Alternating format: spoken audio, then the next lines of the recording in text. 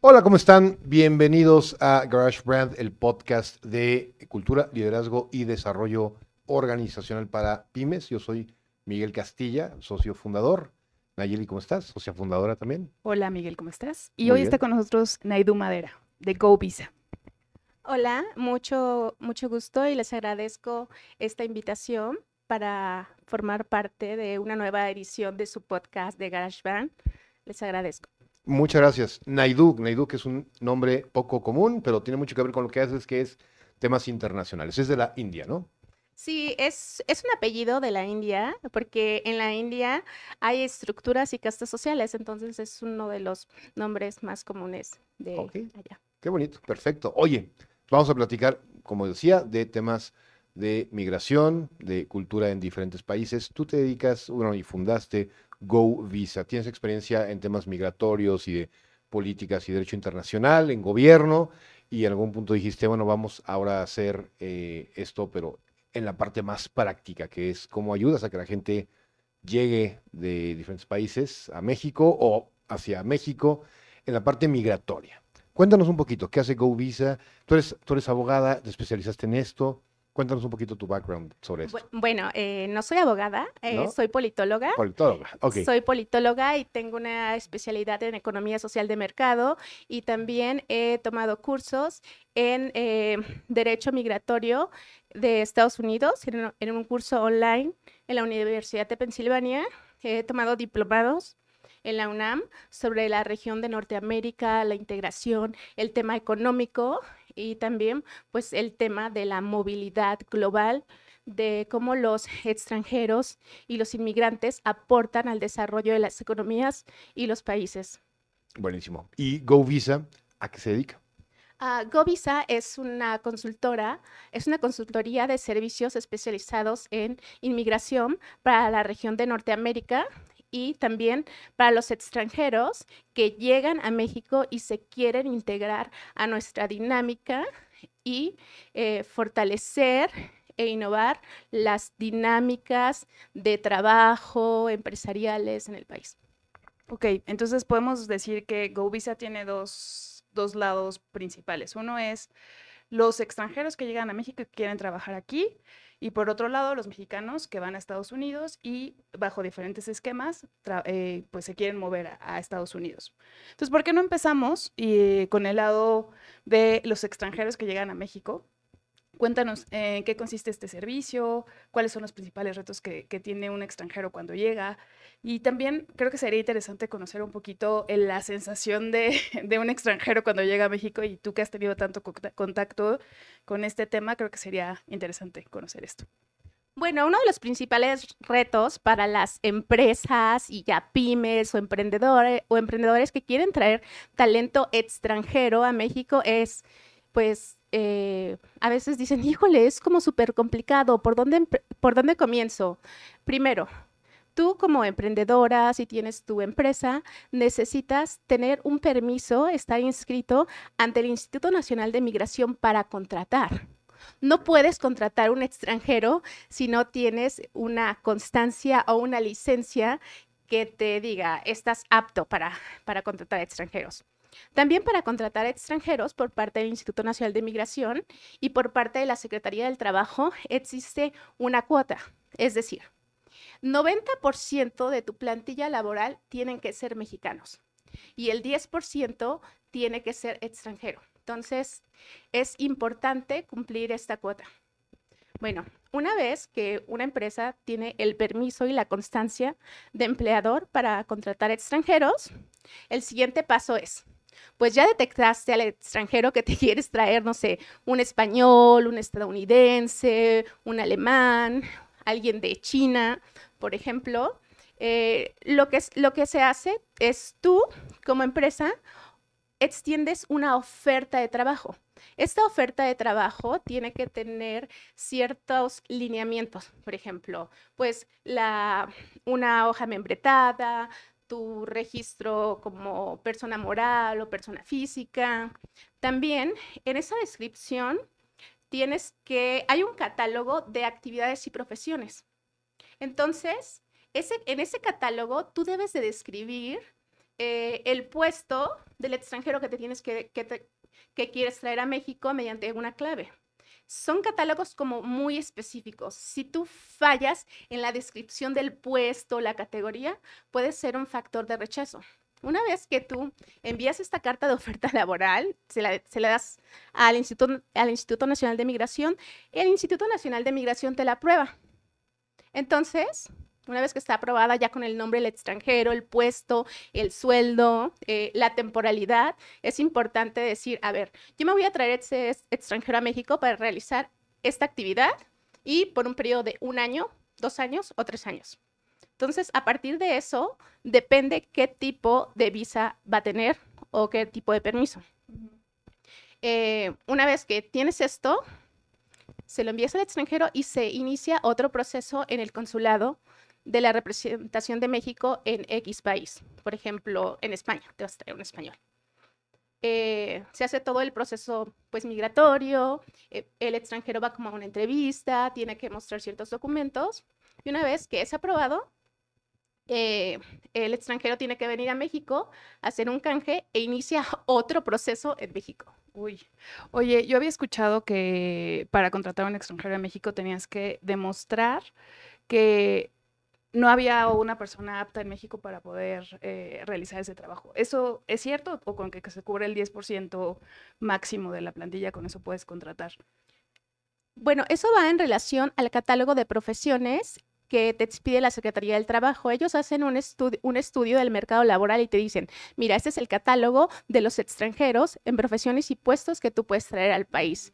Entonces, debe de estar alineado con el requerimiento de la Secretaría del Trabajo. También es importante destacar que si no cumples con ese requisito, tu empresa puede ser amonestada y puede ser sancionada con una multa que puede ser como hasta de 120,000 pesos. Es un tema regulatorio también, no lo teníamos en el radar, está muy interesante. Yo quiero hacer un pequeño paréntesis. Hay distintos escenarios dentro de eso y la pandemia desbloqueó toda una serie de escenarios, como por ejemplo, y a mí me tocó vivirlo de cerca, donde yo trabajaba durante la pandemia, contratamos al director de sistemas de Argentina. Hasta donde yo sé, creo que nunca pisó México, ¿no? Por tema justo de pandemia, pero él era argentino, vivía y hacía todo en Argentina, simplemente, pues como todos trabajamos remoto, de manera remota, se desbloqueó el, pues puedes contratar de donde sea, mientras el uso horario más o menos coincida, pues, y obviamente hay un tema de talento y demás. Entonces, eso, o sea, si la persona no viene al país, si no viene a México, pero trabaja de forma remota, ¿también sucede todo esto? ¿También es necesario? ¿O cómo funciona así? Bueno, si ese extranjero nunca llegó a México y no hizo su canje, pues quiero creer que nunca obtuvo el permiso migratorio, porque en primera, para estar contratado en México, una vez que el extranjero llega, tiene 30 días para notificar al Instituto Nacional que ingresó y hacer su tipo de, y hacer un canje. En este canje se incluye, tiene que tener el registro federal de contribuyentes, el tema del seguro social. Entonces no aplicaría. No aplica. Simplemente aplica. fue como un proveedor que se le pagó por servicios y resulta que estaba en otro país. Se quedó en stand-by y el proceso pues nunca se hizo. Por eso están estas empresas con las que puedes pagarle a gente en todo el mundo, ¿no? Tipo Deal, que haces como un contrato de justo proveedor o contractor y te pueden pagar en cualquier país. Pero justo no es un empleado, es un proveedor. Claro, sí. Muchas empresas utilizan el tema del trabajo remoto, ¿no? Entonces, tener trabajadores remotos que aquí en México me ha tocado clientes o conocidos que me dicen, no, pues es que yo trabajo para una empresa de Estados Unidos, ¿no? Pero pues es que ellos nunca están registrados en la filial de Estados Unidos. Los tienen aquí bajo un esquema de nómina local y les exigen trabajo del extranjero. Hay otro escenario que es alguien mexicano que trabaja para una empresa mexicana, pero que vive en el extranjero, Canadá, por ejemplo.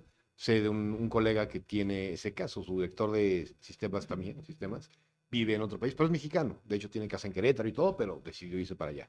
Ahí cómo funciona. Ahí también hay un tema digo, con el otro país, ¿no? Pero el tema migratorio, ¿cómo funciona? Usualmente cuando tú puedes ser, yo como mexicano, puedo tener mi nómina en Estados Unidos y recibir mis ingresos desde Estados Unidos. Ahí hay un esquema para empresas que te permite abrir tu compañía en Estados Unidos, siendo extranjero y recibiendo tus ingresos desde allá. Por ejemplo, en Estados Unidos hay estados como Wyoming o Delaware, que por decir tú pagas $350 de impuestos y puedes facturar en Estados Unidos, recibir tu dinero en dólares, pero pues no puedes trabajar ahí. O sea, puedes hacer tus operaciones, puedes contratar a alguien, pero no puedes laborar. Entonces, y tienes un número que se llama el ITIN, que es para pagar tus impuestos, tus taxes en Estados Unidos. Entonces, pues de ahí declaras.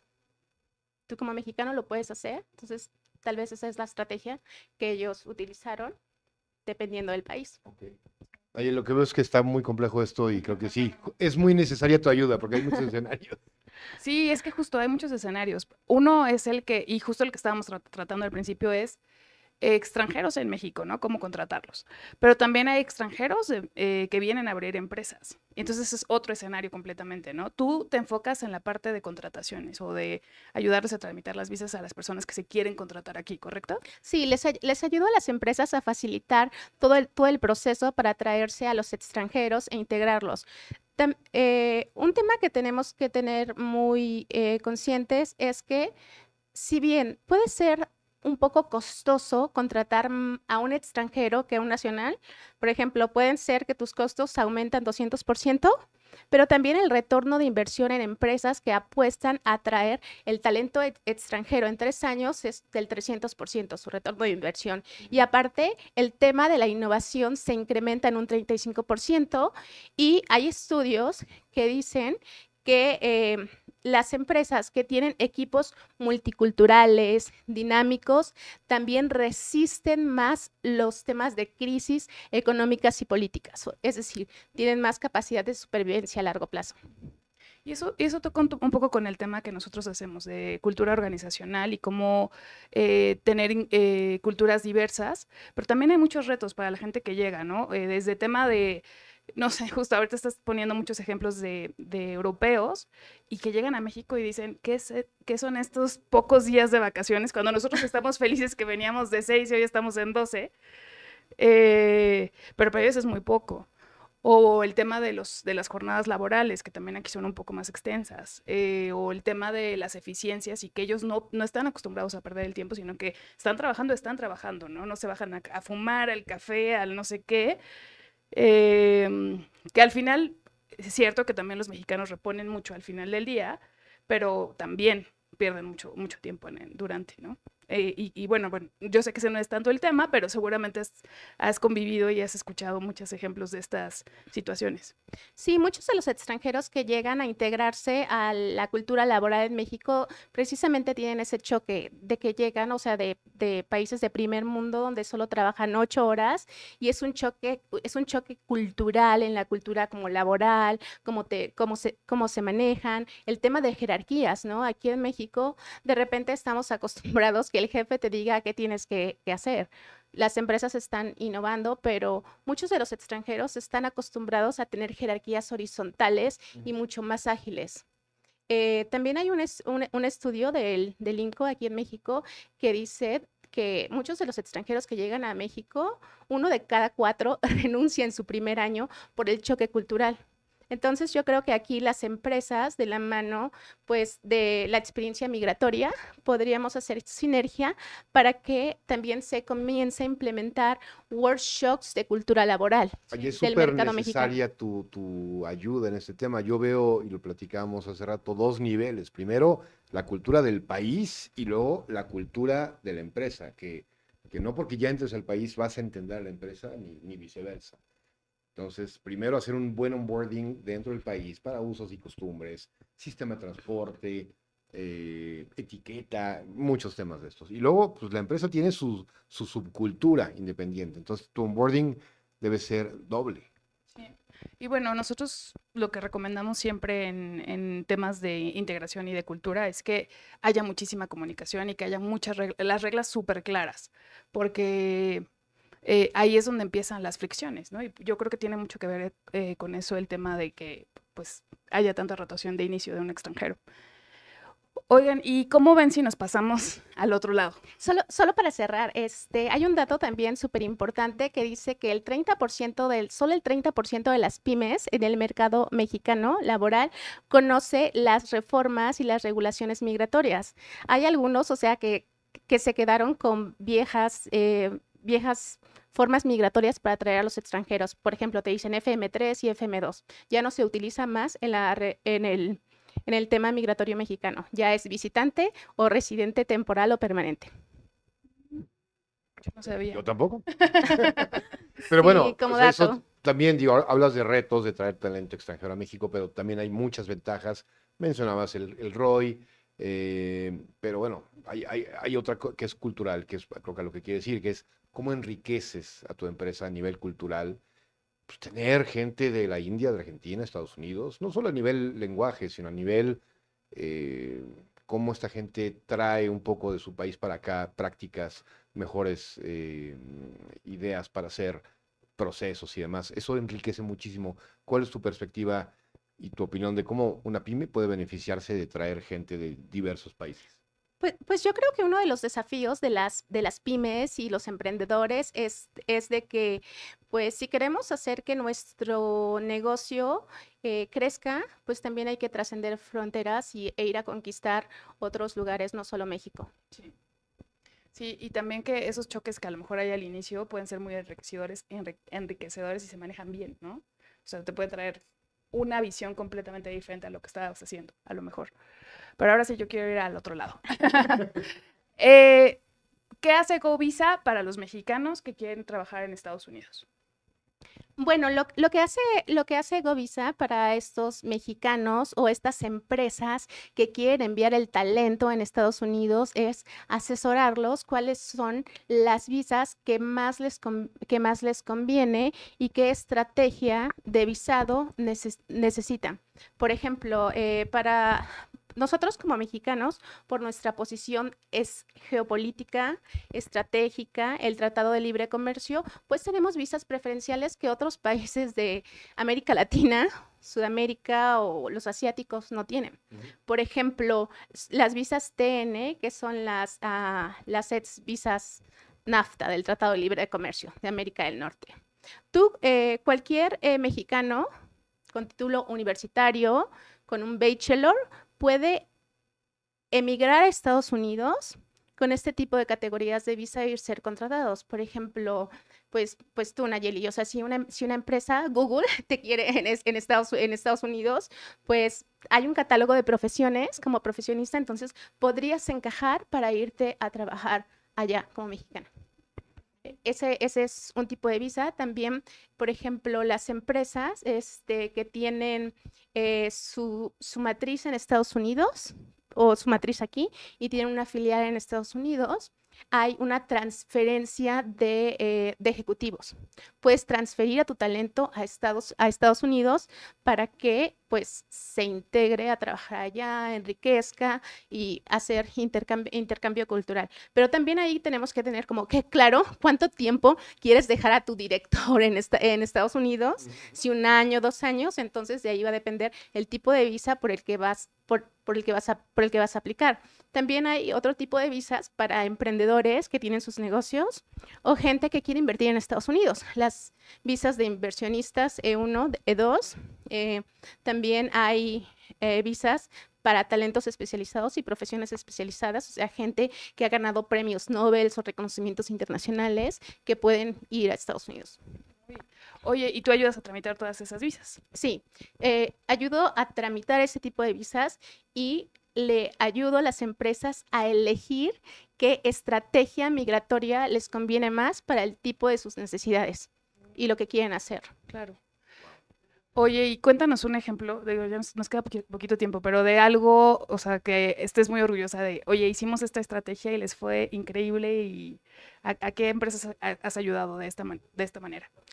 Bueno, para la región de Estados Unidos hubo una empresa de Querétaro que quería enviar a a un grupo de sus profesionistas a Estados Unidos por una temporalidad y todo el proceso lo hicimos mediante el uso de herramientas digitales, es decir, o sea, ocupábamos, por ejemplo, enviar Project Management allá por el Tratado de Libre Comercio, utilizamos unas visas TN, en Estados Unidos hay unas aplicaciones para para enviar documentos notariados en Estados Unidos, o sea, tú pagas $20, o sea, te conectas online con el notario, te hace el cotejo, te apostilla y también puedes firmar documentos digitales con herramientas como DocuSigns que tienen la legalidad y la certeza jurídica. Entonces, ese tipo de documentos, cuando se envían, se suben al sistema, pues hace que sea como muchísimo más ágil y también los tiempos se reducen. Por ejemplo, puedes hacer eso en 4 semanas en lugar de aventarte 3 meses o 6 meses. Está interesantísimo. O sea, me Sí. estoy dando cuenta de todo lo que no sabemos, Sí. pero sobre justo cómo mover personas, talento de un país a otro. Y está muy interesante justo para las pymes que nos están escuchando, porque eso te puede tener una visión más amplia de, oye, pues si quiero algo muy particular, pero no lo encuentro en México, lo puedo traer. O al revés, si quiero capacitar a mi gente y mandarlos a un work and study programs, que hay muchos de estos, pues tú eres la puerta para hacerlo. Está interesantísimo, ¿no? A un nivel que a lo mejor no un gran corporativo, que a lo mejor tiene una herramienta ya interna para eso, pero tú eres un vehículo ideal para eso, para lograrlo. Está muy interesante. Y pues nada, digo, aquí en GarageBand ayudamos a que esto suceda, pero de la puerta hacia adentro, ¿no? Sí, nosotros podemos ayudar a estas empresas que están contratando talento extranjero o igual, o sea, aunque solo sea el 10%, pues son estas personas que van a potencializar el crecimiento de la empresa. Entonces, creo que sí es importante que, como dice Miguel, no solo cuidemos la cultura, o sea, más bien, nosotros ya estamos en una cultura mexicana inmersa, pero la cultura organizacional sí la podemos diseñar, fortalecer, llevar hacia donde nosotros queremos para que los equipos sean justo más inclusivos, más diversos, más fuertes, con mejores liderazgos y eso es un poco lo que nosotros hacemos. Y bueno, No, sí. dinos. Me gustaría comentarles un caso así de manera como súper rápida. Sí, A veces nos olvidamos que las grandes empresas también tienen talones de Aquiles, ¿no? Y a veces creemos que les dan un acompañamiento 360 a sus extranjeros o a los mexicanos que quieren mandar a capacitación en Estados Unidos, pero pues eso no sucede. Hay una empresa tecnológica por ahí por Santa Fe que quería enviar a uno de sus empleados a Oracle y ni siquiera lo acompañó en el proceso, o sea, tenía como el tema de las capacitaciones y todo. Entonces también de repente ayudo como a profesionistas que quieren ir a capacitaciones directos, pero que la empresa no les cubre como ese acompañamiento migratorio para el tema de las visas. Entonces, No, te lo entiendo muy bien. Una persona cercana a mí es corredora de bienes raíces y trabaja mucho con corporativos y le dicen, bueno, pues ya tenemos a la persona que se encarga de conseguirte tu casa y se traen a la familia completa y demás. Pero es un proceso que hace la empresa, lo único que hacen es presentar a la persona y ya. Todo el tema de, oye, aquí puedes vivir, esta es buena zona, estas son las escuelas, o sea, todo ese onboarding ya muy local, no lo hace la empresa, lo hace de buena voluntad de la corredora. Como ese, debe haber muchas otras cosas que no hace la empresa y que son parte del proceso de traer a alguien de fuera, no nada más pagar el boleto de avión, ¿no? Está interesantísimo. Sí, sí, es que se me ocurrió otra empresa que también, que es mexicana y que ha abierto, digamos, sucursales en todo el mundo, literal, o sea, Sudamérica, Europa. Y yo creo que esta empresa podría tener como estos planes de formación y crecimiento de sus colaboradores si hace intercambios entre la misma empresa, porque es súper atractivo para tener crecimiento, retención, formación. Lo hacen mucho las consultorías, claro. pero yo creo que no saben cómo hacerlo. Entonces creo que también ahí hay un nicho interesantísimo para estas empresas que ya están en varios países y que a lo mejor quieren seguir como fortaleciendo la cultura interna y en diferentes lugares. Entonces también por ahí creo que hay otra idea para este tipo de empresas.